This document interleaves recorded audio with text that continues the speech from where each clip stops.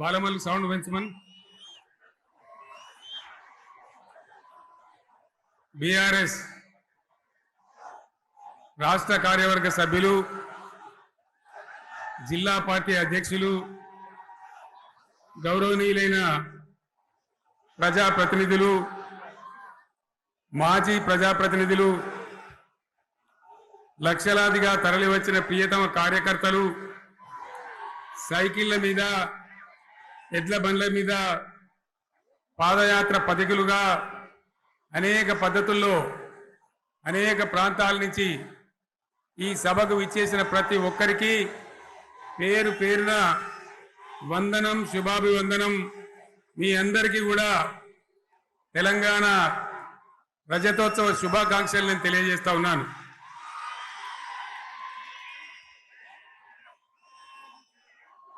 జననీ జన్మభూమిశ్చ స్వర్గాదపి గరీయస్. ఇది శ్రీరామచంద్రుడు లంక మీద యుద్ధం చేసి రావణ సంహారం చేసి అయోధ్యకు తిరిగి రావాలి అనేటువంటి ఆలోచనలో ఉన్నప్పుడు రాముల వారి సోదరుడు లక్ష్మణుని సహా ఆయన వెంట ఉన్న చాలా మంది పెద్దలు లంక చాలా సువర్ణమయంగా ఉంది, అద్భుతంగా ఉంది, మనం ఇంకా అయోధ్యకు ఎందుకు, ఇక్కడి నుంచే పరిపాలన చేద్దామని అంటారు. దానికి శ్రీరామచంద్రుల వారు ఒప్పుకోలేదు. ఆయన చెప్పిన మాట ఏంటంటే, కన్న తల్లిని జన్మభూమిని మించినటువంటి స్వర్గం ఏది కూడా ఉండదు, కాబట్టి మనం అయోధ్యకే తరలిపోవాలని చెప్పి మళ్ళీ అందరిని తీసుకొని అయోధ్యకు రావడం జరిగింది.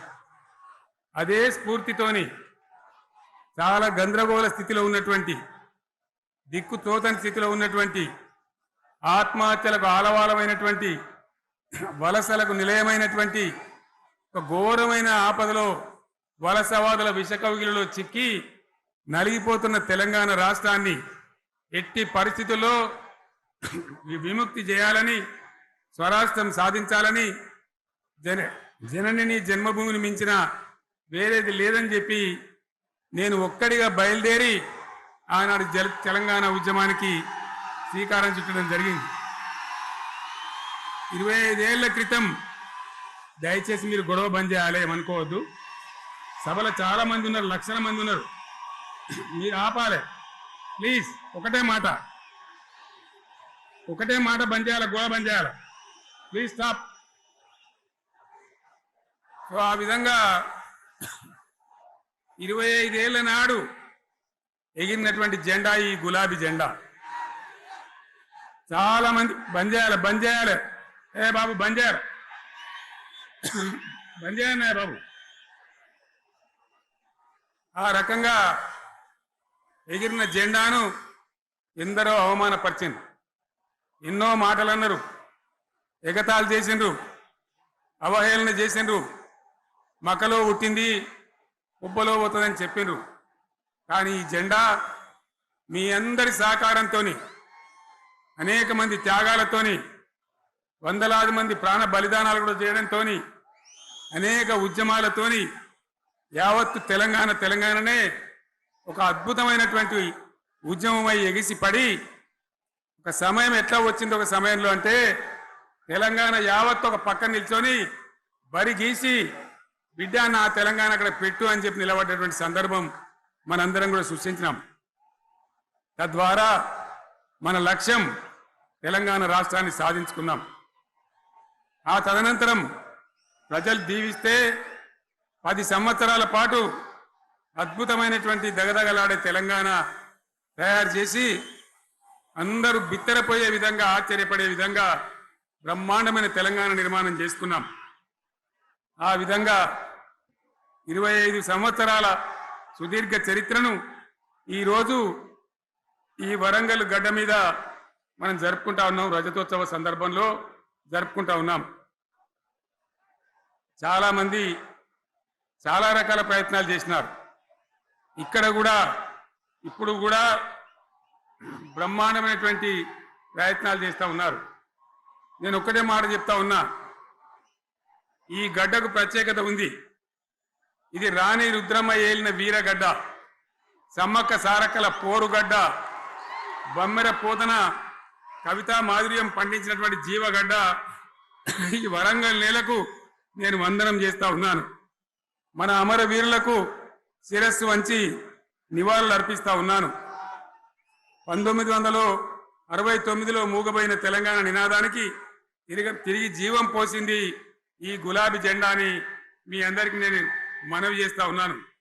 ప్రజలు పరిపాలన అప్పగిస్తే విధ్వంసమైన తెలంగాణను వికాసమ పథంలో నడిపించింది ఈ తెలంగాణ. దానికి కూడా ఈనాటి కరెక్ట్గా 25 ఏళ్ళు నిండుతా ఉన్నాయి. ఆనాడు కొండా లక్ష్మణ్ బాపూజీ గారు ఆశ్రయం ఇస్తే ఏప్రిల్ 27, 2001 జలదృశ్యంలో టిఆర్ఎస్ ఆవిర్భావం తెలంగాణ చరిత్రనే మలుపు తిప్పిన ఒక మహోజ్వల ఘట్టం. పదవుల కోసమో, కులం కోసమో, మతం కోసమో, వ్యక్తుల కోసమో పుట్టలేదు ఈ గులాబీ జెండా. ఇది తెలంగాణ రాష్ట్ర సాధన కోసం పుట్టింది. పదవి త్యాగాలతోనే మన తెలంగాణ ప్రస్థానం ప్రారంభమయ్యింది. అది ఫలించి మన స్వంత రాష్ట్ర కళ కూడా నెరవేరిందని నేను మనవి చేస్తా ఉన్నా. ఆనాటికి అలుముకున్నటువంటి చీకట్లను పారదోలడానికి, ప్రజల్లో విశ్వాసం కల్పించడానికి, ఆత్మవిశ్వాసాన్ని పెంపొందించడానికి నేను ఒక మాట చెప్పిన ఆ రోజు మీ అందరికీ కూడా గుర్తుండాలి.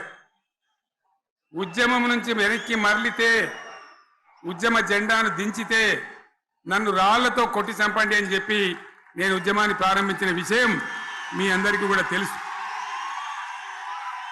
ఆ తదనంతరం జరిగినటువంటి స్థానిక పంచాయతీ ఎన్నికల్లో, ఆ తదనంతరం జరిగినటువంటి సిద్దిపేట ఉప ఎన్నికలో ప్రజలు బ్రహ్మాండంగా ప్రాణం పోసి ఊపిరిలిదితే అద్భుతంగా ఉద్యమం ముందుకు పురోగమించిన విషయం మనకు తెలుసు.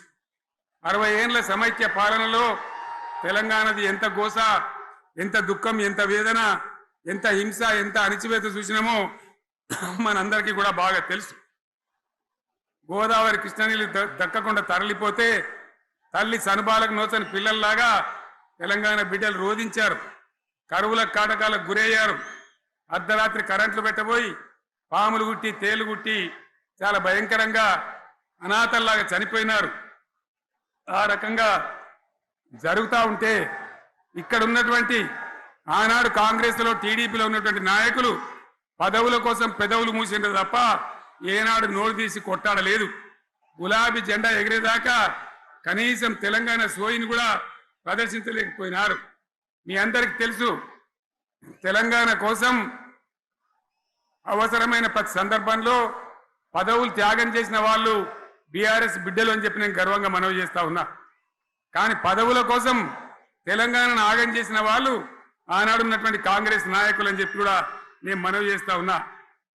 చంద్రబాబు నాయుడు ఆనాడు ముఖ్యమంత్రిగా ఉండి ఎంత ఘోరమంటే హైదరాబాద్ నడిబొడ్డున ఉండే తెలంగాణ గడ్డలో ఉండేటువంటి రాజధానిలో మన శాసనసభలో తెలంగాణ పదాన్నే నిషేధించినాడు.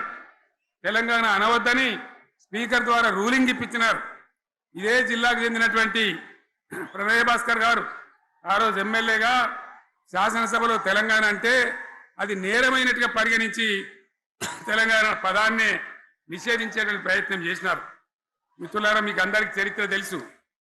ఆనాడైనా, ఏనాడైనా, ఈవెన్ ఈనాడైనా తెలంగాణకు విలన్ నంబర్ 1 కాంగ్రెస్ పార్టీ అని మనవి చేస్తా ఉన్నా. మనందరికీ కూడా తెలుసు ఆ విషయం.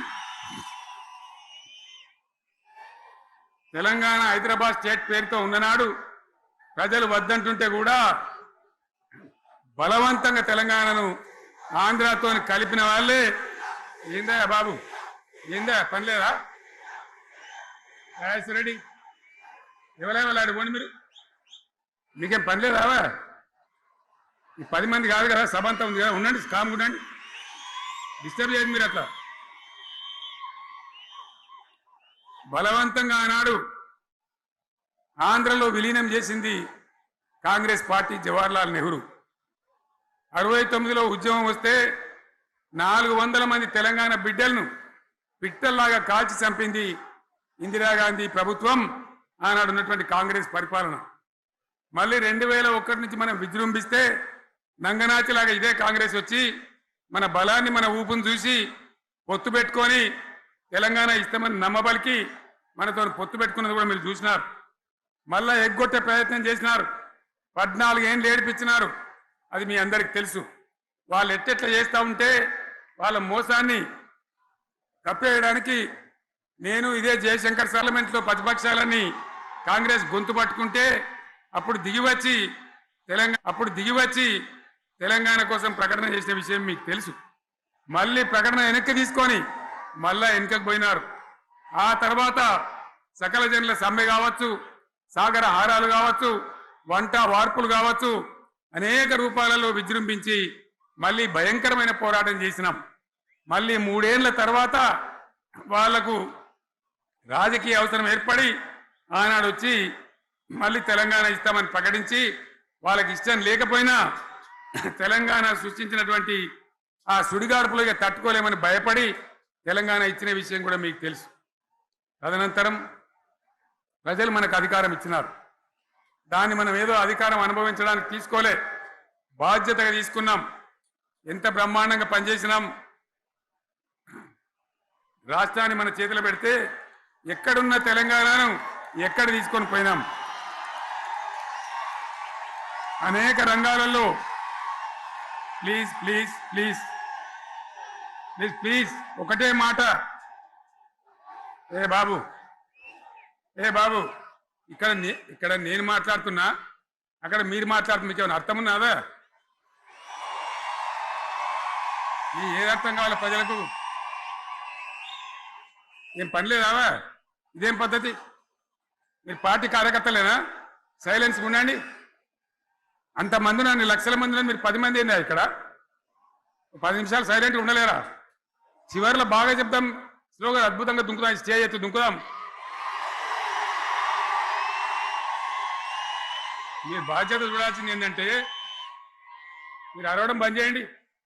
ఇంతమంది ఉన్నారు, ఏం సీఎం పని లేదా నీకు? మళ్ళీ అందరు ఇళ్లలోకి చేరుకోవద్దా? క్షేమంగా పోవద్దా? ఎక్కడెక్కడి నుంచో దూరం నుంచి వచ్చిన వాళ్ళు ఉన్నారు. 10 నిమిషాలు మీరు సైలెంట్గా ఉండండి. ముందరున్న వాళ్ళు 10 ఏళ్ల బీఆర్ఎస్ పాలనలో ఎక్కడున్న తెలంగాణ ఎక్కడికి పోయింది? ఎన్ని రంగాలలో ఎన్ని అవార్డులు వచ్చినాయి? ఎన్ని అద్భుతమైన పనులు చేసి చూపెట్టినాం. తెలంగాణ అంటే ఒకప్పుడు వెనుకబడ్డ ప్రాంతం, ఎగతాళి చేయబడ్డ ప్రాంతం, పనికిమాలిన ప్రాంతం అనే పేరు పెట్టిన ప్రాంతం. కానీ ఎన్ని రంగాలు, తలసరి ఆదాయాన్ని బ్రహ్మాండంగా పెంచినాం. 90,000 ఉన్న తలసరి ఆదాయాన్ని 3.5 లక్షల పైచీలకు పెంచుకున్నాం. జిఎస్డిపిని దేశంలో నంబర్ 1 స్థానానికి తీసుకెళ్ళినాం. తెలంగాణలో బ్రహ్మాండంగా పెండింగ్ ప్రాజెక్టులన్నీ కూడా కంప్లీట్ చేసుకున్నాం. కల్వకుర్తి కావచ్చు, నెట్టెంపాడు కావచ్చు, భీమా కావచ్చు, ఎల్లంపల్లి కావచ్చు, మిడిమానేరు కావచ్చు, అక్కడ మేఘాల మీద పనిచేసి దాన్ని అంతా కూడా కంప్లీట్ చేసి ఒక్క పాలమూరు జిల్లాలోనే 10 లక్షల ఎకరాలకు సాగునీళ్ళు ఇచ్చుకున్నాం. బ్రహ్మాండమైనటువంటి ఇరిగేషన్ ప్రాజెక్టు కంప్లీట్ చేసుకున్నాం. 3.5 లక్షల టన్నుల వడ్లు పండించే స్థాయికి తెలంగాణను తీసుకొని పోయినాం. వరంగల్ గడ్డ కోసం, ఇదే జిల్లా కోసం పెండింగ్ లో ఉన్న దేవాదుల ప్రాజెక్టును కంప్లీట్ చేసి ఈ గడ్డకు నీళ్లు తెచ్చుకున్నాం. 3 ఏళ్లలో కాళేశ్వరం ప్రాజెక్టు కట్టుకున్నాం. వాగుల మీద, వంకల మీద చెక్ డ్యాములు కట్టుకున్నాం. మిషన్ కాకతీయ పేరు మీద చెరువులన్నిటి పూడికలు తీసుకున్నాం. ఒక అద్భుతమైన తెలంగాణను తయారు చేసుకున్నాం. పడావు భూములన్నీ పంట పొలాలుగా మార్చుకున్నాం. ఆనాడు బీఆర్ఎస్ పాలనలో చెరువుల నిండా జలరాశులు, రైతుల కళ్ళాల నిండా ధాన్య రాశులతోని బ్రహ్మాండంగా తెలంగాణ అద్భుతంగా పురోగమించిన విషయం మీకు తెలుసు. పంజాబ్ను తలదన్నే పంటలు పండించిన విషయం కూడా మీ అందరికీ తెలుసు అని నేను మనవి చేస్తా ఉన్నా. రైతు కష్టమేందో నాకు తెలుసు.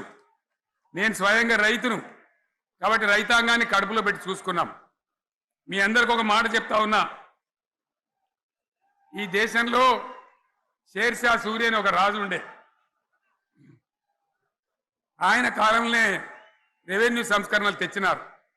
నేను చెప్పే మాట మంచి వినాలి మీరు. చరిత్ర పొడుగుత చూస్తే షేర్షా సూరి నుంచి స్వతంత్ర భారతం వచ్చిన తర్వాత ప్రజాస్వామ్య ప్రభుత్వాలు కూడా రైతుల దగ్గర రకరకాల శిస్తులు వసూలు చేసినారు.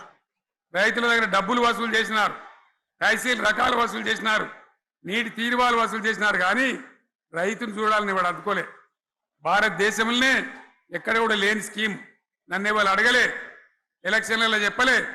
నాకు నేనుగా ఆలోచించి, ప్రభుత్వమే ఆలోచించి రైతు బంధు పథకాన్ని తెచ్చినాం. చాలా బ్రహ్మాండంగా రైతు బంధు పథకాన్ని అమలు చేసినాం. రైతాంగానికి ఎటువంటి కరెంట్ ఇచ్చినాం, ఇంత అద్భుతమైన కరెంట్ ఇచ్చినాం. ఆంధ్ర వలసవాద ముఖ్యమంత్రులు ఏం మాటలు మాట్లాడినారు. తెలంగాణ వస్తే కారు చీకట్లు అవుతాయి, మీకు కరెంటే రాదు, మీకు పంటలు పండియే రాదని చెప్తే వాళ్ళ నోర్లు మూయించేలాగా ఉత్తమమైనటువంటి ట్రాన్స్ఫార్మర్ కావాలన్నటువంటి, మోటార్లు కావాలన్నటువంటి నాణ్యమైన కరెంటును 24 గంటలు సప్లై చేసినాం. రైతు ఇంట్లో కూర్చుంటే పొలాల కాడ బోర్లు దుంకినాయి. మీరందరూ కళ్ళారా చూసినారు. నాకంటే ఆ విషయం మీకే ఎక్కువ తెలుసు. అదేవిధంగా రైతులు చనిపోతే 2 ఎకరాలు 3 ఎకరాలు ఉన్న రైతులు ఏముంటుంది, వాళ్ళకి ఆదాయం ఉండదు. వాళ్ళు సస్తే బీఆర్ఎస్ రాకముందు పట్టించుకున్న నాతుడు లేడు.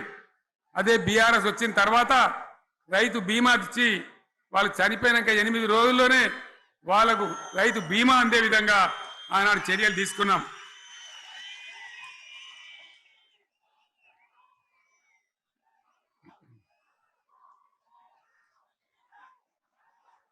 పైసలు ఎంత మంచిగా వచ్చేది, రైతు బంధు డబ్బులు ఏ విధంగా వచ్చేది.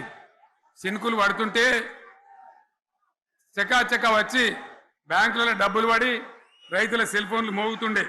ఆ విధంగా కడుపులో చల్లగదలకుండా రైతాంగానికి రైతు బంధు పథకాన్ని అమలు చేసుకున్నాం. రకరకాల వ్యక్తులు రకరకాల మాట్లాడినారు. జై కిసాన్ జై జవాన్ అన్నారు తప్ప వాళ్ళ సంక్షేమం ఏ ప్రభుత్వం కూడా చూడలేదు. అదేవిధంగా ధాన్యం రైతులు పండిస్తే కొన్ని 100 కోట్ల రూపాయలు ప్రభుత్వానికి నష్టం వచ్చినా ఏ విధంగా ధాన్యం కొన్నామో, ధాన్యం ఎంత బాగా కొన్నామో, వడ్లు కొంటే 3-4 రోజులనే డబ్బులు రైతుల ఖాతాలో ఎట్లా చేసినామో అవన్నీ కూడా యావత్ తెలంగాణ ప్రజలకు మీకు తెలుసు. అంతకుముందు మధ్య దళారుల పాలు ఎన్నో రకాల బాధలు, 7,500 కొనుగోలు కేంద్రాలు పెట్టి ధాన్యం ఎట్లా వేసినామో కూడా మీ అందరికీ బాగా తెలుసు. మరి ఇదంతా కూడా బ్రహ్మాండంగా జరిగింది. ఎన్నో పనులు, మిషన్ భగీరథ ఎన్నికల ప్రణాళికలు చెప్పలే, ఓట్ల ప్రచారం అప్పుడు చెప్పలే, గవర్నమెంటే చేసింది. ఇంతింత నల్లబెట్టి ప్రజలకు అందియడం జరిగింది. రైతు బంధు కానీ, రైతు బీమా కానీ, కళ్యాణ లక్ష్మి కానీ, కేసీఆర్ కిట్ కానీ, కంటి వెలుగు లాంటి ప్రోగ్రాం కానీ ఎవరు అడిగిన నన్ను ఎవరు అడగలే. అయినా మా అంతల మేమే మన రాష్ట్రం మన ప్రజలని వాళ్ళని బాగు చేసుకోవాలని చేసినాం. చెరువులలో చేపలు పెంచాలని ఎవరు అడిగిరు నన్ను, ఎవరు డిమాండ్ చేసిండ్రు. వాళ్ళకు వృత్తి పని దొరకాలని, మత్స్యకారులను ప్రోత్సహించాలని చెరువులలో చేపలు పెంచినాం. లక్షలాది గొర్రెలను పంపిణీ చేయమని ఎవరు ధర్నా చేయలే, ఎవరు అడగలే. కానీ ప్రభుత్వమే తనంతట తానే బ్రహ్మాండంగా వాళ్ళకు చేయడం జరిగింది. ప్రజల అవసరాలు ఎప్పటికప్పుడు తీర్చినాం. అంతవరకే ఆగలే. పారిశ్రామిక రంగం మీద దృష్టి పెట్టినాం, పెట్టుబడులు ఆకర్షించినాం. సుమారు 20 నుంచి 25 లక్షల మంది పిల్లలకు ఉద్యోగాలు ఇప్పించే ప్రయత్నం చేసినాం. 40 కోట్లు మాత్రం ఉన్న ఐటీ ఎగుమతులు 2.5 లక్షల కోట్లకు పెంచగలిగినాం. ఐటీ రంగంలో 7 లక్షల మందికి ఉద్యోగాలు కొత్తగా వచ్చినాయి. 1000కి పైగా గురుకులాలు పెట్టినాం. పేద ఇండ్ల విద్యార్థులకు ఉత్తమమైనటువంటి చదువును అందించినాం. తెలంగాణలో 3 మెడికల్ కాలేజీలు ఉంటే దాన్ని 33 మెడికల్ కాలేజీ తీసుకొని పోయినాం. ఈ విధంగా అది ఒకటి మాత్రమే కాదు. బీఆర్ఎస్ టైంలో మత కల్లోలం లేదు, కర్ఫ్యూ లేదు, కల్లోలం లేదు. శాంతి భద్రతలన్నీ కూడా బ్రహ్మాండంగా కాపాడి ప్రతి ఒక్కరిని కూడా కాపాడే బాధ్యత తీసుకొని కడుపులో పెట్టుకొని చూసుకున్నాం. ఇవన్నీ కూడా నా డైలాగులు కాదు, నేను చెప్పే స్టోరీలు కాదు. ఇవన్నీ పార్లమెంట్ వేదికగా కేంద్ర ప్రభుత్వం అనేక సందర్భాల్లో వెల్లడించినటువంటి విషయాలు. Reserve bank of India, comptroller general of India వాళ్ళు వెల్లడించినటువంటి అధికారమైనటువంటి లెక్కలని చెప్పి కూడా నేను మీకు మనవి చేస్తా ఉన్నా. ఇవన్నీ జరిగినాయి. ఇప్పుడు నేను చెప్పిందంతా కూడా మీ కళ్ళ ముందరనే జరిగింది. మరి కాంగ్రెస్ వచ్చి ఏడాది అర్థమా మరి ఏం మాయరోగం వచ్చే ఏం బీమారు వచ్చే ఏమేమి చెప్పిరి ఎన్నెన్ని చెప్పిరి మీకు కావాల్సింది ఇదే కదా చెప్తా ఇక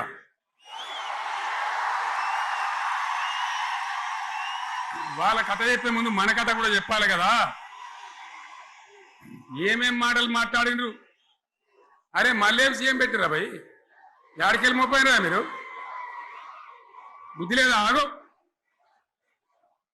ఏమైనా లుబాబీ ఆగు వద్దంటే మళ్ళీ ఏందండి ఇవాళ రాజశేఖరెడ్డి వాళ్ళు వాడు మనోడేనా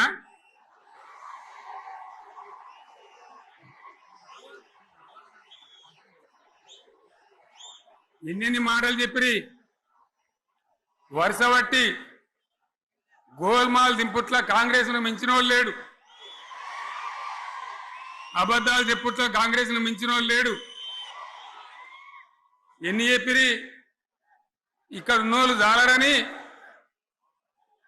ఉన్న గాంధీలు లేని గాంధీలు డూప్లికేట్ గాంధీలు అంతా ఢిల్లీకి వెళ్ళి కూడా దిగిరి చప్పట్లు కొట్టి డాన్సులు చేసి స్టేజీల మీద ఒకటి చెప్పిండ్రా ఏమిత్తాడా కేసీఆర్ రైతు బంధు 10,000 ఇస్తాడు మేము 15 ఇస్తాం చెప్పిండ్రా లేదా చెప్పిండ్రా ఇచ్చుడు కాదు చెప్పిండ్రా 10,000కు 15,000 ఇస్తామని అన్నారా కేసీఆర్ పెన్షన్లు 2,000 ఇస్తాడు మేము 4,000 ఇస్తాం చెప్పిండ్రా ఇంకేం చెప్పిండ్రు కేసీఆర్ ఇంట్లో ఇద్దరుంటే ఒకరికే ఇస్తాడు మేము ముసలోనికి ఇద్దరికి ఇస్తాం చెప్పిండ్రా లేదా అన్న మీరు మధ్యలో వాళ్ళు చెప్తలేరు చెప్పిండ్రా ఇవన్నీ కాంగ్రెస్ వాళ్ళు చెప్పిండ్రా చెప్పిన వాళ్ళు ఒకసారి చేయలేవటారు దయచేసి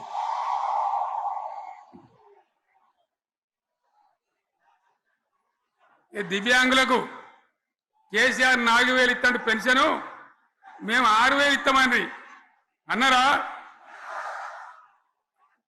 ఇక చదువుకునే ఆడిపోరగాళ్ళకు స్కూటీలు కొనిస్తామండి కొనిచ్చారా అన్నారైతే అన్నారు కదా విద్యార్థులకేమో విద్యా కార్డు ఇస్తామండి 5 లక్షల గ్యారంటీ కార్డు బ్యాంక్ కార్డు ఇస్తామండి ఇట్లా ఎన్ని మాటలు చెప్పారు ఇక ఉరుకురి ఒకరినికోడు ఉరుకురి 2 లక్షల లోన్ తెచ్చుకొని డిసెంబర్ 9 నాడే కథం ఒక కలంపోటుతోనే కథం అన్నరా మరి చేసిండ్రా చెయ్యలే ఇక వడ్లు కొంటే ఒక వడ్లు కాదు ఆనాడు మనమే కొనుగోలు కేంద్రాలు పెట్టి కనీసం మద్దతు ధర వచ్చేటట్టుగా మొలకొచ్చినా తడిసిపోయినా రంగు మారినా రైతులు కాబట్టి మన బిడ్డలు కాబట్టి గవర్నమెంట్కు 500 కోట్లు నష్టం వచ్చినా సరే మొత్తం కొనురా నేను చెప్పిన కొనిపించిన బాధ కాలే వాళ్ళేం చెప్పిండ్రు పబ్లిక్ను బోల్తా కొట్టేయడానికి మేము కింటాలకు 500 బోనస్ ఇస్తాం మక్కలకి ఇస్తాం వడ్లకి ఇస్తాం ప్రతి పంటకి ఇస్తాం చెప్పిండ్రా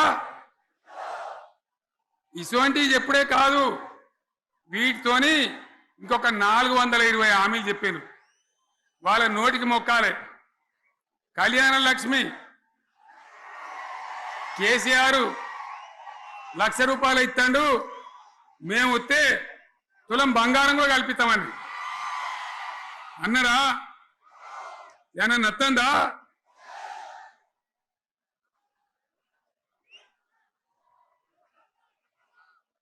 ఇక హామీలు ఇచ్చుడు కాదు పెద్ద పెద్ద బుక్కులు వంచి ఊరూరికి వంచారు సిగ్గులేక ఊళ్ళ పంట తిరిగి బాండ్ పేపర్లు రాసిచ్చారు బాండ్ పేపర్లు ఇంటింటికి తిరిగిండ్రు చెప్పిండ్రా చాలా మంది అడిగిండ్రు మరి మీరు అడ్డగోలు చెప్తున్నారు అడ్డం పొడుగు చెప్తున్నారు ఎటువంటి అడ్డ చెప్తున్నారు యాడికెళ్ళి ఇస్తారా భయ అని అడిగారు పేపర్ వాళ్ళు అడిగారు ఇప్పుడు ఆర్థిక మంత్రి ఉన్నాయన టీవీలలో చెప్పిండు ఆయన ఇస్తాం, చేసి చూపిస్తాం. మాది పేద పార్టీ, 120 ఏళ్ళ అనుభవం ఉన్న పార్టీ, మమ్మల్ని మించిన సిపాయిలు లేరు అని ఒకటి జబ్బలు తరిచే, ఒకటి మెడలు తరిచే డైలాగుల మీద డైలాగులు కొట్టి మేము ఇచ్చేస్తామన్నారు. ఇచ్చిండ్రా? ఇయ్యలే. రుణమాఫీ చేయలే. మధ్యలో పార్లమెంట్ ఎలక్షన్లు వచ్చినాయి. అప్పుడు నాకు కాలు ఇరిగింది. కుంటుకుంటున్నాం మెంటుకుంటున్నాం, మళ్ళీ నేను బయలుదేరిన. ఆ దెబ్బకి ఏం చేసిండ్రు? తెలంగాణలో ఎన్ని దేవుళ్ళు ఉన్నాయో అన్ని దేవుళ్ళ మీద ఒట్లు పెట్టుకున్నారు. పెట్టిండ్రా? బహిరంగ సభలలో ఆడిడ కూడా కాదు. ఇన్ని మాటలు చెప్పి ప్రజల్ని ఏమార్చింది. ఒక ఉచిత బస్ అని పెడితే అది జుట్లు పట్టుకొని కొట్టుకుంటానికి మనకత్తాను తప్ప ఏమనికి ఉపయోగపడ్డది లేదు. ఆ మహిళలే అంటారు మాకు ఎందుకయ్యా ఉచిత బస్, దరిద్రం, మాకు అవసరమే లేదు అంటాను. అటువంటి ఒక్క పథకం పెట్టి ఇక ఇప్పుడు మళ్ళీ పెద్ద నోరు పెట్టుకొని వాళ్ళే మాట్లాడతారు. అంటే అంటే మాట్లాడతారు, అబద్ధాలు చెప్తారు. మాట్లాడితే బీఆర్ఎస్ వాళ్ళ మీద నింద, మాట్లాడితే కేసీఆర్ మీద నింద.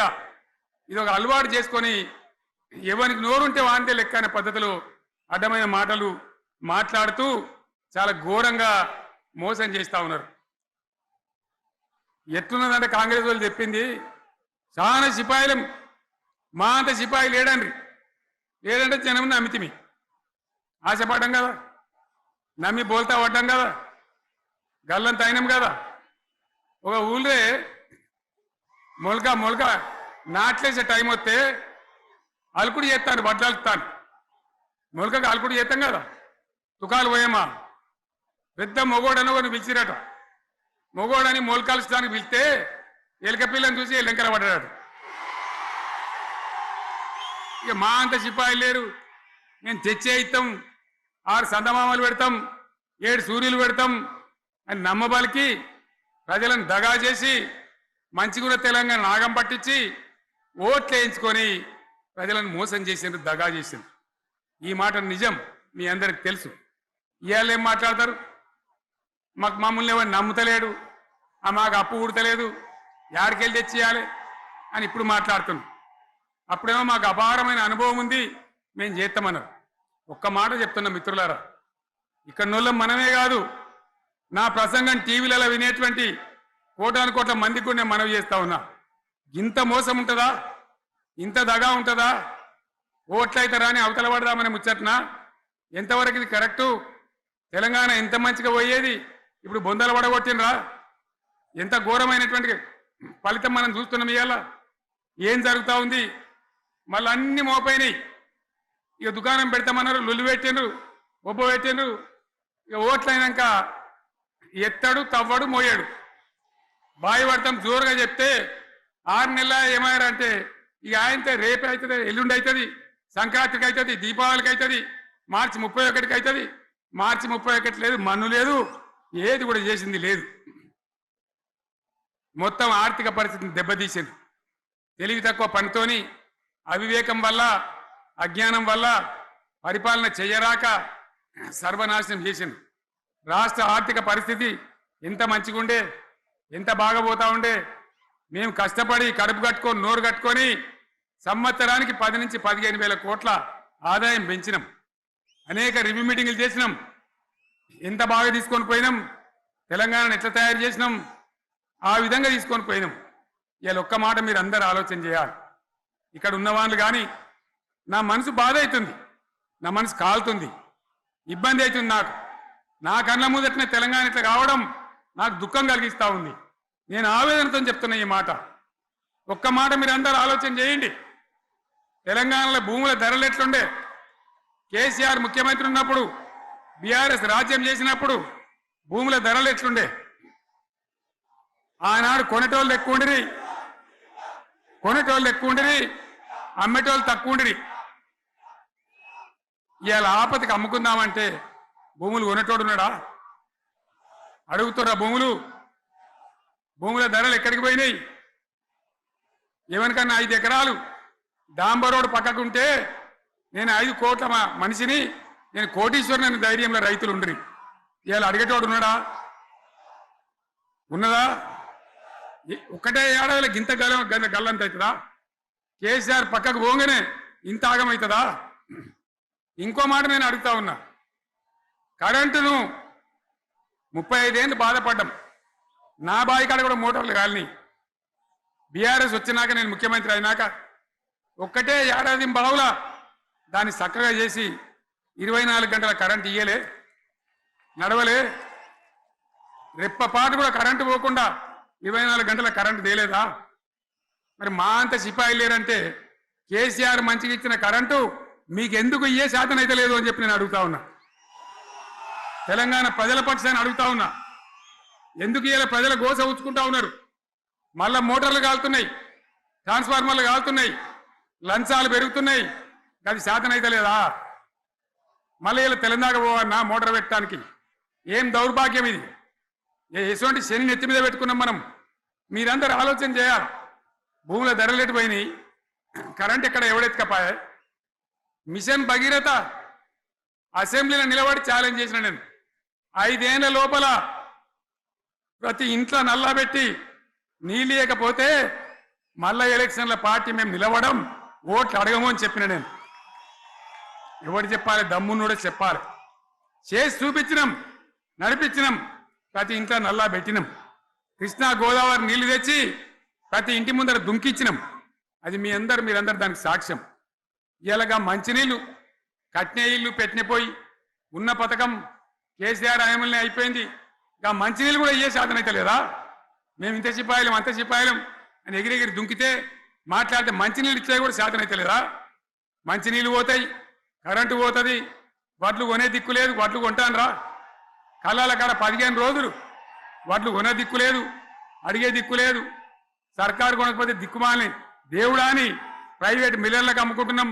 మళ్ళీ అక్కడ దళారీలు, అక్కడ దోపిడీ, మళ్ళా రైతాంగం దోపిడీకి గురవుతున్నది. మళ్ళా 2014 కంటే ముందటి పరిస్థితులు వస్తూ ఉన్నాయి. ఆ విధంగా ఎందుకు జరుగుతూ ఉంది? ఇది ఎవరి అసమర్థత? కాంగ్రెస్ ప్రభుత్వం యొక్క అసమర్థత కాదా? ఈ కాంగ్రెస్ కాటేయడం కాదా? నేను ఒక్కటే మాట మిమ్మల్ని కోరుతా ఉన్నా, ప్రజలకు నేను అడుగుతా ఉన్నా.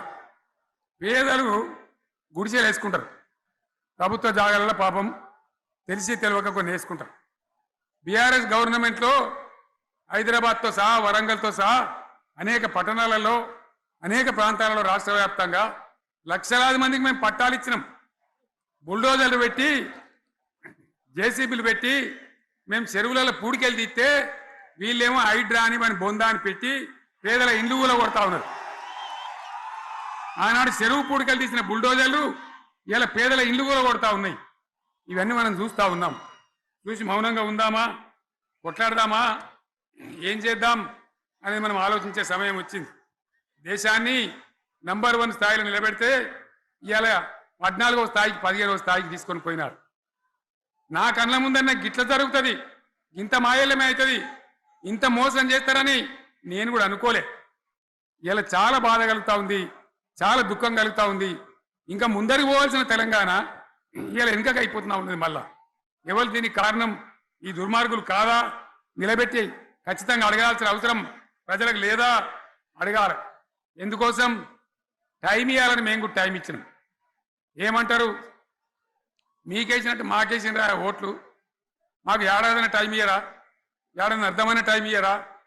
మీకు కన్నేరురా అని అంటారు. కాబట్టి నేను నోరు తెరవలే, బయటికి రాలే. కృష్ణా జలాల మీద గడబడి జరిగితే ఒక్కసారి అక్కడ నాయకులు తీరకపోతే నల్లగొండలో పోయి ఒక గర్జన చేసి వచ్చినా కానీ నేను ఎక్కడ బయటికి రాలే, మాట్లాడలే. కానీ ఏడాది అర్థం అయిపోయింది, ఇంకేం పాడైంది? పువ్వు పుట్టంగానే పరిమళిస్తుంది అన్నట్టు ప్రభుత్వం కథ తెలియదా? ఇంకేమన్నా వీళ్ళకి టైం ఎక్కడిది? వీళ్ళు ఏం చేస్తారు? చివరి 6 నెలలు అయితే ఎలక్షన్ అయినా దీనికి ఉన్న టైం 2.5 ఏళ్ళు. ఈ 2.5 ఏళ్ళలో వీళ్ళు చేస్తారు, మనం బతికి ముందర పడతామా? అందుకోసం ప్రజానీకం, మేధావులు, తెలంగాణ ప్రజలు దయచేసి అందరు ఆలోచన చేయాలి. ప్రతి వాళ్ళు కూడా ఆలోచన చేసి దీనికి పరిష్కారం ఏందో కనుక్కోవాలి. మేధావితో పనిచేయాలి, ఆవేశంతో కాదు. ఆవేశంతో మనం నినాదాలు ఇస్తే కాదు, ముళ్ళును ముళ్ళుతోనే తీయాల. యాడ ఒడగొడుతున్నామో గాన్నే వెతకాలి, ఎక్కడ జారిపోయిందో ఆన్నే మళ్ళీ దొరకబట్టాలి. ఆ నైపుణ్యం, ఆ స్థాయి ఇలా రావాలి. మళ్ళీ ఇప్పుడు ఏం చేస్తారు? కూడా కోరుతా ఉన్నా. ఒక్కొక్క ట్రిప్పు నేను యాదగిరి గుట్టకు పోతే అలా ఎకరానికి 10 లక్షల వాల్యూ పెరుగుతుంది. మరి ఇవాళ ఏమైతా ఉంది, ఇవాళ ఏం జరుగుతూ ఉంది, మీరందరూ కూడా ఆలోచన చేయాలని కోరుతా ఉన్నా. ఇవాళ రాజ్యం నడపచేతగాక ఎల్లెంకల పడి రాష్ట్రాన్ని ఆర్థికంగా దివాలు తీసి పిచ్చి పనులన్నీ వేసి ఇవాళ అడ్డం పొడుగు మాట్లాడుతూ ఉన్నారు. అన్ని రంగాలలో ఫెయిల్ అయిపోయింది. ఏ ఒక్క ఈ హుస్నాబాద్ ఇప్పుడు నేను రాగా చూసుకుంటూ వచ్చిన ఆనాడు కష్టపడి ఈ హరీష్ రావు ఇరిగేషన్ మంత్రిగా ఉన్నప్పుడు ఇలా గౌరెల్లి ప్రాజెక్టు కట్టినాం. 90% పూర్తయింది. గౌరెల్లి ఇరిగేషన్ ప్రాజెక్టు ప్రజలకు సంజాయించి భూములు తీసుకొని ఆనాడు తిరిగి 90% పూర్తి చేసినాం. ఏడాది అర్థమైతే తట్టడి మన్ను తీస్తాను రా పాలమూరు పథకం 80% కంప్లీట్ అయింది. ఎందుకు దాన్ని పెండింగ్లో పెడుతున్నారు, ఎందుకు దాన్ని పూర్తి చేస్తలేరు? ఈ విధంగా చిన్న మాట, చాలా చిన్న మాట. కేసీఆర్ కిట్ పెట్టినాం, లక్షాధికారుల కోసం పెట్టినాం, కోటీశ్వర్ల కోసం పెట్టినాం. ఎవరి కోసం పెట్టినాం కేసీఆర్ కిట్టు?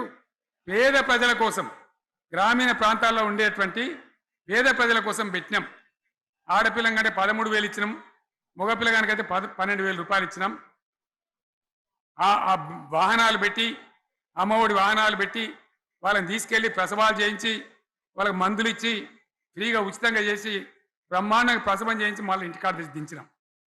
గది బంద్ చేస్తారా ఎవరన్నా? ఎందుకు బంద్ చేయాలి? ముఖ్యమంత్రులుగా పనిచేసే వాళ్ళకు గాంభీర్యం ఉండాలి, ధైర్యం ఉండాలి. రాజశేఖర్ రెడ్డి అనే ముఖ్యమంత్రి ఉండే, నేను చెప్తా ఉన్నా మీ ముందు ఇయ్యాల, ఆయన ఆరోగ్యశ్రీ అని ఒక పథకం తెచ్చిండు. నేను ముఖ్యమంత్రి అయిన తర్వాత అడిగిన, హెల్త్ డిపార్ట్మెంట్ని పిలిచి అడిగిన, ఇది ఏం పథకమయ్యా, బాగుందా అంటే సార్ మంచిగుంది, ప్రజలకు లాభం అవుతుందని చెప్పింది. నేను చెప్పిన ఆ పథకాన్ని అట్లే పెట్టండి, ఆ పథకాన్ని మార్చకండి, ఆ పథకం అట్లే ఉండాలని చెప్పిన. అక్కడ చెప్పడం కాదు, నేను అసెంబ్లీలో చెప్పిన, ఇది మా స్కీమ్ కాదు, కాంగ్రెస్ గవర్నమెంట్ ప్రారంభించింది, దాని పేరు కూడా మేము మారుస్తలేం, కానీ కొనసాగించాలని చెప్పినాం, కొనసాగించినాం. అది మీ అందరికి తెలుసు. ఇలా వీళ్ళు కేసీఆర్ ఆనవాళ్ళు లేకుండా కేసీఆర్ ముచ్చట లేకుండా చేస్తారా? ఇవాళ మనం కూడా సభ పెట్టుకుంటే ఎన్ని అడ్డంకులు దానికి. ప్రైవేట్ స్కూళ్ళు బస్సులు ఇస్తే వాళ్ళకు నోటీసులు ఇవ్వడం, అడుగడుగున ఆర్టీఏ అధికారులను పెట్టి పోలీసులను పెట్టి ట్రాఫిక్లు జామ్ చేయడం. ఇప్పుడు కూడా సభకు రావాల్సిన వాళ్ళు 1,50,000 మంది బయటనే ఆగిపోయింది. ఇటు హనుమకొండ దిక్కు, అటు హుజరాబాద్ దిక్కు, ఇటు సిద్దిపేట దిక్కు 3 రోడ్ల మీద కూడా జాములున్నాయి. నేను అడిగిన నాయకులు ఏందే అంటే, ఇబ్బంది అవుతుంది సార్, రానిత్తలేరు, మధ్యలో ఇబ్బందులు కలిగిస్తున్నారు, కొన్ని లారీలు తెచ్చి అడ్డం పెట్టాను పనికిమాలని అని చెప్పి జామ్ అయిపోయి అక్కడనే ఆగిపోయింది. నేను అన్న ఇంకో అర్ధగంట ఆగి మాట్లాడదామంటే మా వాళ్ళంతా ఉండి, లేదు మనోళ్ళు దూరం పోవాలి, ఇక రానోళ్ళు ఎట్లా అందరూ మనం మాట్లాడి సభ ముగించాలని చెప్తే నేను వేదిక మీదకి వచ్చిన. ఇన్ని అడ్డంకులు, ఇంత కడుపు ఆపుతారా? బీఆర్ఎస్ సభలను ఆపుతారా? ఈ ప్రపంచనాన్ని ఎవడాపుతాడు? ఆగబడితే ఆగుతుందా? నేను ఒక్క మాట పోలీసు మిత్రులకు మనవి చేస్తా ఉన్నా. ప్రజాస్వామ్యంలో ప్రజలకు అడిగే హక్కు ఉంటుంది, తప్పకుండా అడుగుతారు ప్రజలు. ఈ అడిగే హక్కును సోషల్ మీడియాలో బీఆర్ఎస్కు సోషల్ మీడియా వారియర్స్ ఉన్నారు, వాళ్ళు బ్రహ్మాండంగా పనిచేస్తున్నారు, ఖచ్చితంగా అడుగుతున్నారు ప్రజల తరఫున.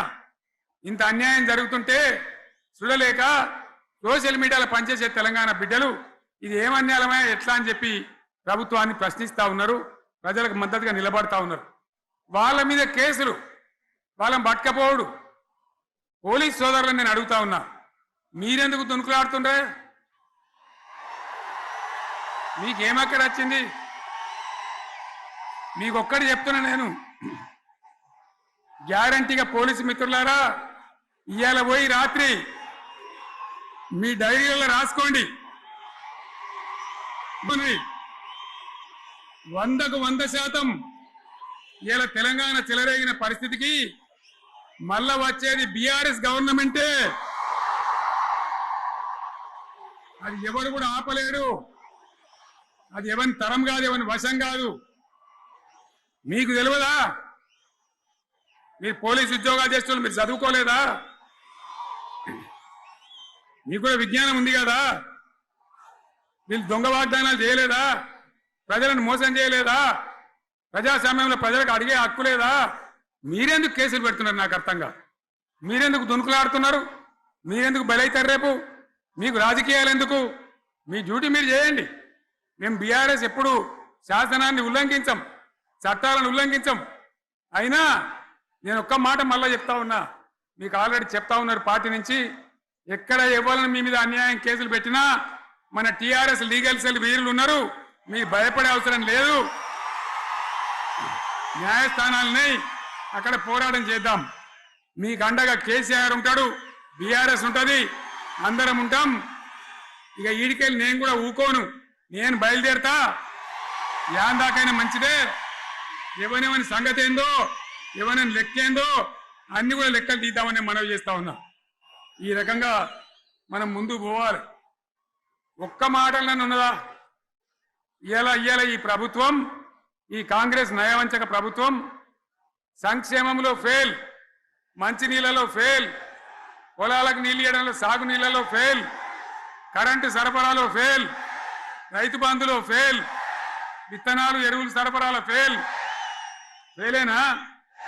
ధాన్యం కొనుగోలులో ఫెయిల్, పల్లెలు పట్టణాల అభివృద్ధిలో ఫెయిల్, భూముల ధరలు పెంచడంలో ఫెయిల్. మరి దేంట్లో పాస్ అయిండు? ఎటుపడితే అటు ఒర్రుడు, దేవుళ్ళ మీద ఒట్లు పెట్టుడు, అబద్ధ వాగ్దానాలు చేసుడు.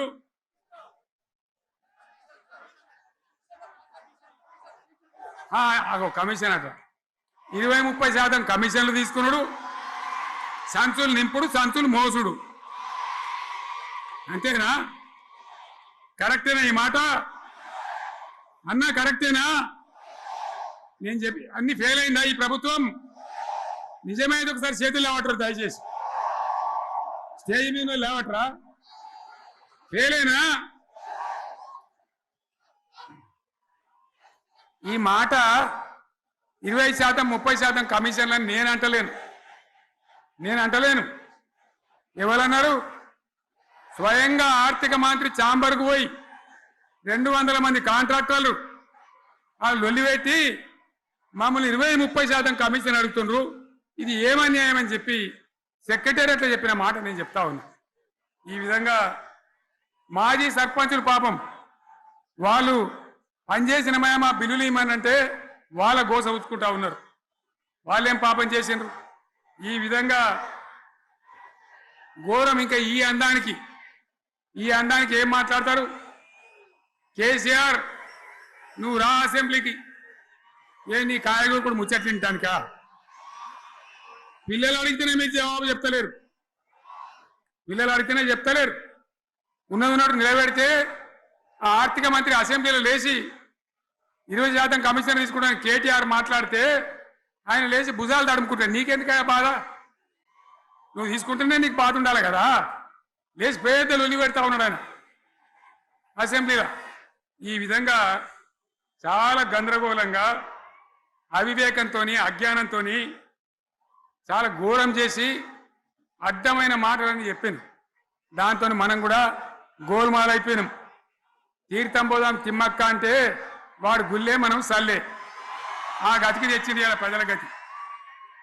మరి మనం కూడా, ప్రజలు కూడా ఆలోచన చేయాలి. ఆవేశం కాదు. గాడిదలకు గడ్డేసి బలరకు పాల్పడితే వస్తాయా? మరి ఇప్పుడు ఏం చేయాలో ఆలోచించాలి. ఓ తమ్ముడు అన్నాడు హైదరాబాద్లో, ఆయన ఇల్లు కూడా కొడితే, కేసీఆర్ అన్నా యాడున్నావు, నువ్వు రావాలి. కత్తి బాంచేతలు పడితే యుద్ధం నన్ను చేయమని పడుతుంది. అంతేనా? ఇది కూడా విచారించాలి ప్రజలు. మీకు అర్థం కావాలని నేను చెప్తా ఉన్నా. అందుకే ఓడగొట్టుకున్న కాడనే వెతుక్కోవాలి. మీ వెంట బీఆర్ఎస్ ఉంటుంది, మీ వెంట కేసీఆర్ ఉంటాడు. 100% మళ్ళా తెలంగాణ విజయం సాధించాలి, గులాబీ జెండా ఎగిరేయాలి, అద్భుతమైన తెలంగాణను మళ్ళా సాధించాలి. ఇక బీజేపీ కథ 11 ఏళ్ళ రాజ్యం చేయబట్టి తెలంగాణకు 11 రూపాయలు ఇచ్చిండ్రా? వాటిదే బబ్రాజమానం భజగోవిందం,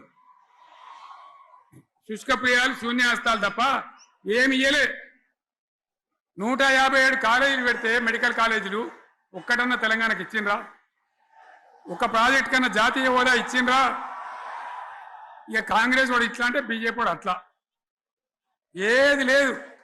ఇక ఉల్టా మనయే ఖమ్మంలో 7 మండలాలు గుంజుకున్నారు, సీలేరు ప్రాజెక్టు గుంజుకున్నారు. నరేంద్ర మోడీ మాట్లాడతాడు, ఏం మాట్లాడతాడు? తెలంగాణ వచ్చిందిరా అని తెలంగాణలో సంతోషపడితే తల్లిని చంపి బిడ్డను బతికిచ్చిండ్రు అంటాడు. ఎన్నోసార్లు అంటాడు, ఒక్కసారి కాదు. ఈ విధంగా అది కూడా మనం అనిపించేది కాదు. ఈ సందర్భంలో ఒక మాట బీజేపీ అంటే నాకు జ్ఞాపకం వచ్చింది. ఇవాళ కేంద్ర ప్రభుత్వం కగార్ అనే ఆపరేషన్ పేరు మీద ఛత్తీస్గఢ్లో యువకులను గిరిజనులను ఊచకోత పోతా ఉన్నారు. అది ధర్మం కాదు. వీళ్ళు ఏమవుతున్నది, నక్సలైట్లు ప్రతిపాదన పెడుతున్నారు, మేం ప్రభుత్వం దగ్గరకు వచ్చి చర్చలు చేయడానికి సిద్ధంగా ఉన్నాము అంటున్నారు. నేను కోరుతా ఉన్న కేంద్ర ప్రభుత్వాన్ని, బలం ఉన్నది కదా అని చంపుకుంటా పోవుడు కాదు, అది ప్రజాస్వామ్యం కాదు. ఆపరేషన్ కగార్ వెంటనే ఆపేయండి.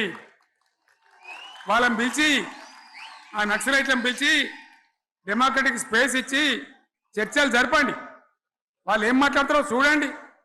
అది కూడా నల్లనా తెల్లనా దేశం ముందరికి రాని. కానీ అట్లా కాదు, మొత్తం ఏరి పారెత్తాం, కోసి పారెత్తాం, నరికి పారెత్తాం అంటే మిలిటరీ ఉన్నది మీ దగ్గర కొడతారు. కానీ ప్రజాస్వామ్యం అనిపించుకోదు. ఈ మాట ఢిల్లీకి ఉత్తరం పంపిద్దామా?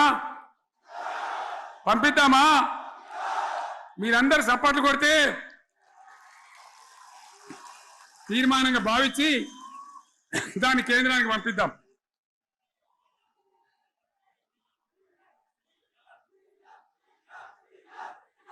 ఇక్కడ 30 ఈ సందర్భంలో ఈ రజతోత్సవ వేళ నేను మీ అందరికీ, ఇక్కడ ఉన్న వాళ్ళకు, సభలో లేని వాళ్లకు, టీవీలో నా మాటలు వినే వాళ్లకు, యావత్తు తెలంగాణ సమాజానికి బీఆర్ఎస్ గులాబీ జెండా రజతోత్సవ శుభాకాంక్షలు మరొకసారి తెలియజేస్తూ, మీరందరూ కూడా ధైర్యంగా ఉండండి. మళ్ళా బీఆర్ఎస్ తెచ్చుకుందాం, బ్రహ్మాండమైన పరిపాలన అందించుకుందాం. వీళ్ళు జరగొచ్చేటివన్నీ మళ్ళీ మంచిగా చేసుకుందాం, బ్రహ్మాండంగా ముందుకు పోదాం, పురోగమించుదాం. ఒక అద్భుతమైన తెలంగాణ, ప్రతి వ్యక్తి ముఖంలో చిరునవ్వులు చిందించే తెలంగాణ తయారు చేసుకుందామని చెప్పి మీ అందరికి మనవి చేస్తూ, ఇంత పెద్ద ఎత్తున ఈ సభకు గవర్నమెంట్ వచ్చిన ఏడాది నరలోనే మీరు కదిలి వచ్చిందంటే మీరు కూడా ఒక నిర్ణయానికి వచ్చినట్టు కనబడుతూనే ఉంది. ఓట్లు ఎప్పుడు వస్తాయని చూస్తాను.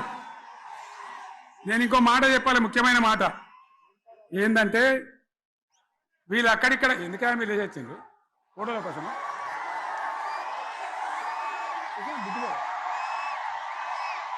ఒక మాట చెప్పాలి. ఏంటి? ప్రభాకర్ రెడ్డి అని మా ఎమ్మెల్యే ఉన్నాడు, దుబ్బాక ఎమ్మెల్యే. ఆయనతో ఎవరో హైదరాబాద్లో మాట్లాడితే, అన్న ఇంకా 3 ఏళ్ళు భరించాను ఈ గవర్నమెంట్ అని మాట్లాడింది. ఆయన మాట చెప్పిండు విలేకరులు. అలా చూసారా మా గవర్నమెంట్ పడగొడతారట. మేమెందుకు పడగొడతాం రా భయ్? మాకేమైనా కాల్చేరు గులగులో పెట్టినాయా? మేమా కిరికిరి పని చెయ్యం. బిడ్డ మీరే ఉండాలి. ఓట్లు తీసుకున్నారు, చక్కగా పని చేయకపోతే మీ ఈపులు ప్రజలే సాఫ్ చేస్తారు. అంతే కదా? మేము పడగొట్టాం, మీ గవర్నమెంట్ పడగొట్టాం. ఎందుకంటే మీ సంగతి ఏందో మా సంగతి ఏందో ప్రజలకు పూర్తిగా అర్థం కావాలి. గులాబీ సైనికులకు నాది ఒక్కటే మాట, మనం ఏనాడు మనం పుట్టిందే పదవులు త్యాగం చేసి, పుట్టిందే రాష్ట్ర సాధన కోసం, స్వార్థం కోసం మనం పనిచేయలే. మీ అందరి నాయకులను, కార్యకర్తలను నేను కోరేది ఒకటే, తెలంగాణ సమాజం అద్భుతంగా పురోగమించేదాకా మనం పనిచేస్తూనే ఉండాలి. గవర్నమెంట్లో ఉన్నా, ప్రతిపక్షంలో ఉన్నా ప్రజల పక్షాన ఉండాలి, ప్రజలకు అండగా ఉండాలి, ప్రజల సమస్యల మీద పోరాటం చేయాలి, వాళ్ళకు అండదండలుగా ఉంటూ పురోగమించాలి. అదే మన కర్తవ్యం.